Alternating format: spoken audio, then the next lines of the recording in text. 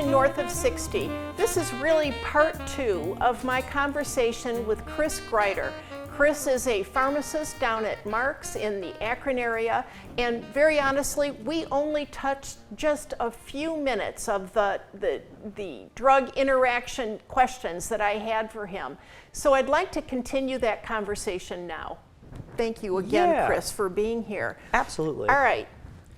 Now let's go to antibiotics, and then I want to talk about foods. So antibiotics, what do we need to be aware of? So I'll kind of keep it brief with antibiotics because there's so many different antibiotics that exist.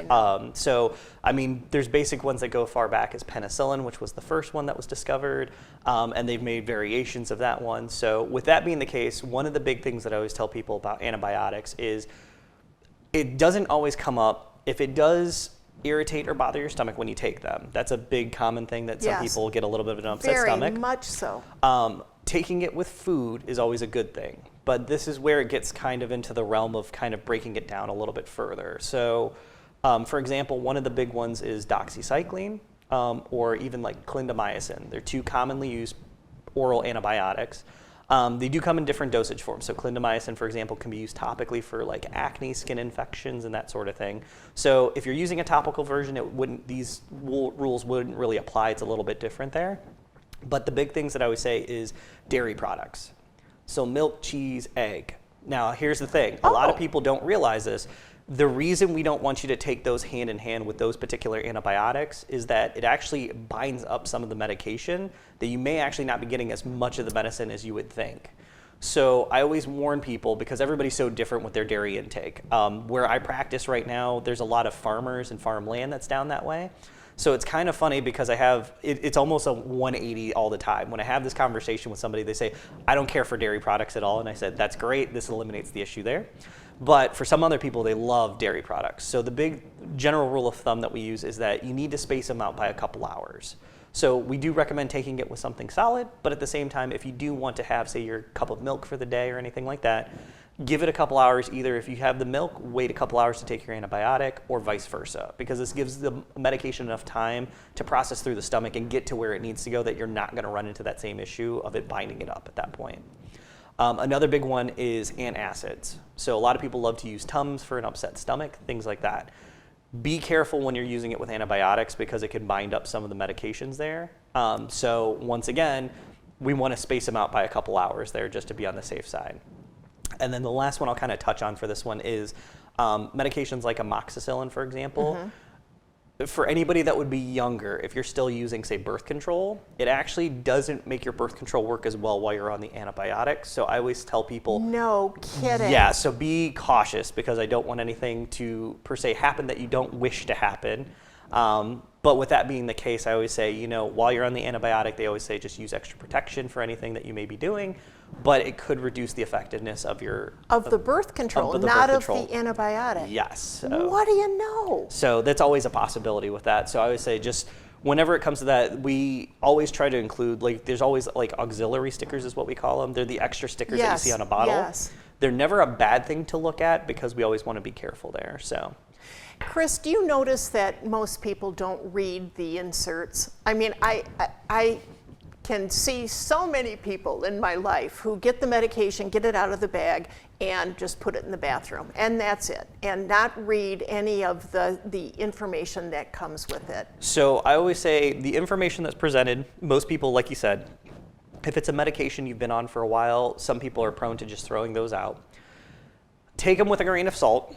Because the reason being is that scary. They can, and that's one of the biggest issues that I have to struggle with is I've had patients on new medications that called me immediately right after just because of the fact of they read the monograph paper that comes with it and they read the drug information. They said, oh, there's all these side effects.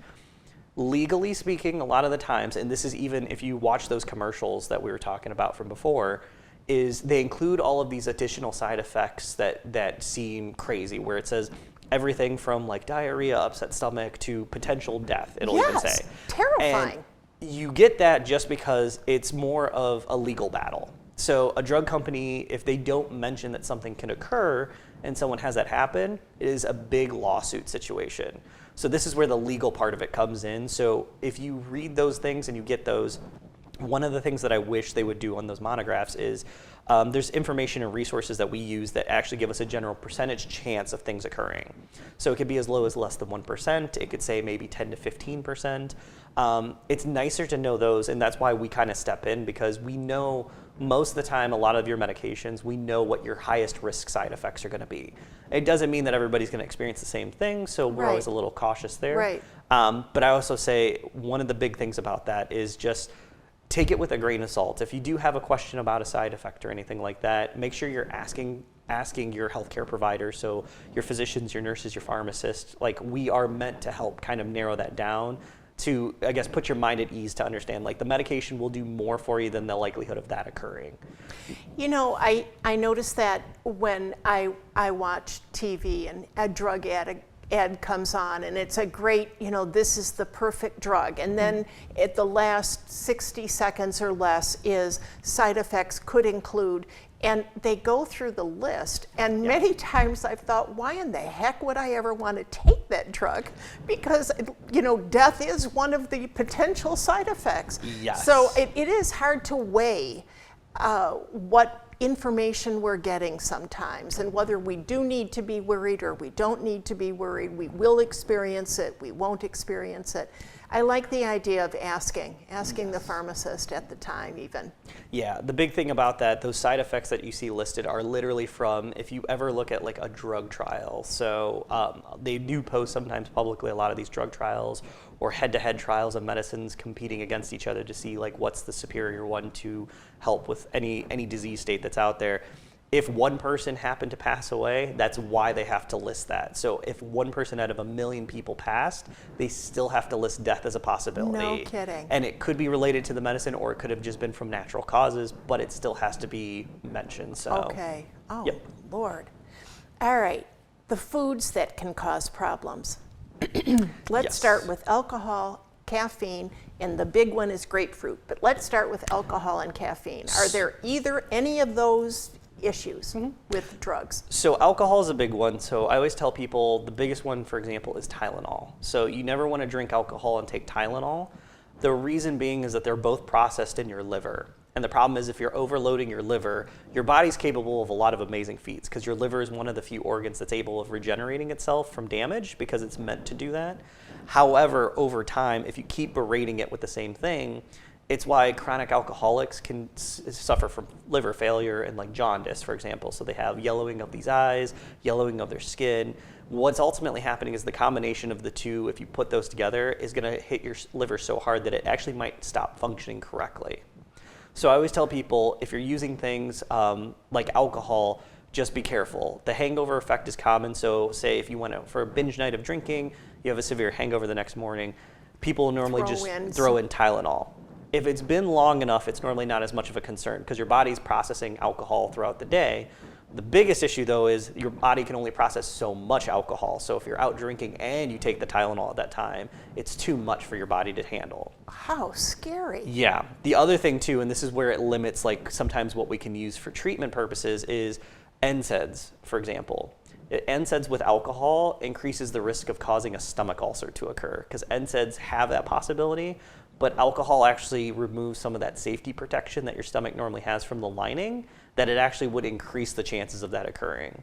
So with that being the case, for some people, that's why they normally say to kind of suck it up if you can, because the reality is there's not like a good therapy. I mean, hydration's always a common thing because you're going to get dehydrated too, and that sometimes can be a trigger point for causing headaches and migraines to occur. So. How scary, because think of the people who have a little bit too much and they have a headache from it and think, oh, I'm just going to throw in some Motrin or some Tylenol or God forbid both. And good to, well, not, I don't normally drink quite that much, but still, I mean, I've had a glass of wine and then shortly thereafter had taken a Tylenol for something, and that is a bad thing now. And I'll be honest with you, the one thing that I'll stress on that part with the alcohol too is that like having like a beer, having a small glass of wine, it's not going to be detrimental in those cases. What I'm more concerned about is if you're having like a bunch of mixed drinks, if you're having like a keg for some odd reason, which I can't assume anybody would really want to jump the gun for that. But, you know, it's one of those things where if you're consuming large amounts of alcohol, then be very cautious. If you're having one drink at night, it's really not going to cause too much of an issue unless you've had serious liver problems in the past. So, Okay. Yep. What about caffeine? So caffeine's a big one. The biggest thing that I always tell people is we want to look out for your kidneys and we want to look out for your blood pressure. Those are the two big things there, because caffeine, the purpose of caffeine is that it increases your heart rate. And so your body will sometimes, what it does is it constricts your blood vessels. So the best comparison I ever give with this, with blood pressure, is that imagine your blood vessels are like a water hose. If you put too much pressure and you tighten it up, it's going to cause the water to come shooting out faster, which then causes your blood pressure to go up. So caffeine has a notorious habit of doing that. So anybody with high blood pressure, anybody with heart issues, my biggest thing is just to avoid caffeine at all cost. Having a small amount of caffeine, like a small cup of coffee, wouldn't necessarily cause too much of an issue, but at the same time, coffee is notorious for dehydrating somebody. So if you're losing water, that's also going to cause your blood pressure to go up, because your body is an amazing feat. It's capable of doing so much stuff to compensate for it, and this is one of those times that it would do that. So we have to be very cautious when we go that route. So, grapefruit. Every time, it seems like I know that I saw it on the statin that I take. I'm pretty sure that they said no grapefruit. Yes. And then I'll read about it on various other things. What is the big deal with grapefruit? So the way that medication works and the way that your body works is that your body, when you take in medicine, it will break apart the pills, the tablets, whatever it is that you just consumed. The medication rotates around, and what happens is that some medications are processed through your kidneys, and some of them are processed through your liver, depending on the medicine. Now, the big thing about it is in your liver, there's something called a CYP enzyme. This is where we get really scientific with it. These CYP enzymes, their purpose is they actually will take the medication and get it out of your body. The problem with grapefruit is that it's notorious for hitting something called CYP3A1, or 3A4, sorry. CYP3A4 is the one CYP enzyme that exists that is actually predominantly responsible for getting rid of almost most medications, particularly statins. So the reason that we put those notices on there is that when you consume grapefruit and you take a statin medication, what's happening now is that your body is competing between the grapefruit and the drug to get it out of your system. And there's only so many spots. So it's like being in a house and having so many doors. It can only open so many times at any given time. So with that being the case right now, you're competing with that binding site that it's not going to get rid of it as quickly. So what happens then is if your body can't process the medicine and get it out, it keeps it circulating in your system. So now you're having a bunch of buildup occur of your statin medicine, which then can increase the likelihood of having that muscle achiness and pain that we were talking about before. Over time, if it's short term, really not the end of the world, because your body will eventually catch up with itself. But in long-term situations, it can cause a lot of damage to your liver because it's constantly getting berated, and it could cause kidney damage too, because you're having a lot of this extra muscle breakdown that's occurring, and your kidneys are trying to process that, but sometimes it can break through the filtering system. And I love grapefruit in the winter, but yes. Is it citrus or is it grapefruit? Grapefruit specifically. So if you have oranges, limes, things like that, that will actually not interfere because they do not process in the same way as the grapefruit does. What do you know? Yeah. Okay, you are convincing me. I always kind of poo-poo it, but all right, we've got only 2 minutes. I think what I want to do is jump to supplements. And I know that the ones that I hear most about are St. John's wort. I hear people, I take fish oil because I was thinking it was a good thing to do. I don't know if it is. Ginkgo I've heard, and I know a lot of people take a garlic supplement. So any concerns about those? Again, should I be telling my pharmacist when I get a new medication, hey, by the way, I just started taking ginkgo, for example? So to be honest with you, most of the time, a lot of the ones that you mentioned, and I know one of the other big ones is turmeric too. Yes. Oh, yes. Most of the time, that's very popular. A lot of these herbals are not going to cause issues with most of your medicines. Now, the big thing is St. John's wort is the big one that I'm always concerned about. The reason you normally don't see it available as readily anymore too is that it can help with mood and depression for some people. But the big thing about it is it interacts with a ton of medications. We're talking like across the board, it will interfere with like most of your prescription-based meds. So with that being the case, if you're ever on St. John's wort, that's a big one that I #1 recommend. Ginkgo, fish oil, those types of things are normally not bad. You don't have to let anybody absolutely know. If you're getting a medication list, then I always say it's good to mention it, at least that you're on it. Turmeric is another big one. So turmeric works for inflammation. Oh, it's so popular. And here's my biggest issue with turmeric is that it can have, not to the same extent, but similar side effects to NSAIDs. Because that's its purpose, is that it's helping with the inflammatory markers. So it actually does work similar to an NSAID does, but maybe not as potent or as concentrated. No kidding. But that's a big one that if you say had a history of stomach ulcers, for example, we don't want you on that because it can or if increase you the were likelihood. taking Celebrex, Yes. and then you decided to also add turmeric, Yes. what do you know? So I always tell people it's kind of a one or the other. I've had some people say like, I've been on Celebrex a long time. Was it safe to take the turmeric? And normally I say one or the other. If you want to try and go without the Celebrex for a little bit, try the turmeric and see if you're getting about the same relief. Then that's perfectly fine, but just don't put them together is the big thing there. So, Chris, I think some of us are under the impression that, oh my gosh, we have so little time. I won't talk anymore. What I was going to say is under the impression that the supplements and the vitamins that we take are completely harmless and that we don't really need to tell our doctor, oh, I take vitamin D and E and C and, all of these other things. It sounds like we really do need to do that. We need to tell the pharmacist or our doctor or both and let them know what our full medication list is.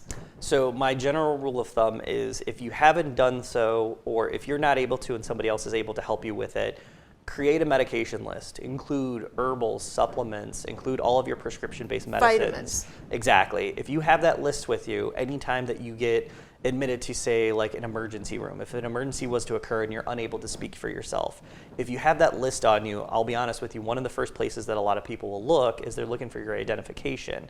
So if you have like a list of your medicines, say behind your ID, for example, when they pull that out in the emergency room to figure out who you are and to figure out what they need to do, they can also see your medication list, which will substantially help them. We could put it right in our wallets. Exactly. So you can make a smaller version of it. You can laminate it just to keep it protected if you want to. But I also say sometimes it's nice just to have like a typed out list or a written list so you can make changes. So if you're not on medicines, it's an easy fix. Just cross it off or add something. But it's a good thing for everybody to know exactly what you're on because our goal at the end of the day, like we said, is we're trying to find something that works for you, but that's also not going to do any extra harm or to double up on something that you shouldn't be on to begin with because there's really no benefit to it. Because I've talked to people about this before, the more you add into anything, the harder it is to keep track of, and we really don't want to push that any further than we absolutely have to. Thank you for coming. Honestly, I have learned a lot, and I really have been a little poo-pooing with things like grapefruit and Tylenol. No more. Thank you so much, Chris. This has just been eye-opening for me. I hope it's been eye-opening for all of you as well. If you would like any information about Chris, where he works, we will make sure that we have it at the end of the show. And something else, if you have ideas for guests that you would like to see on North of 60 or topics that you'd be interested in hearing about, will you please let me know? You can send me an email. My email address is northof60hctv@gmail.com.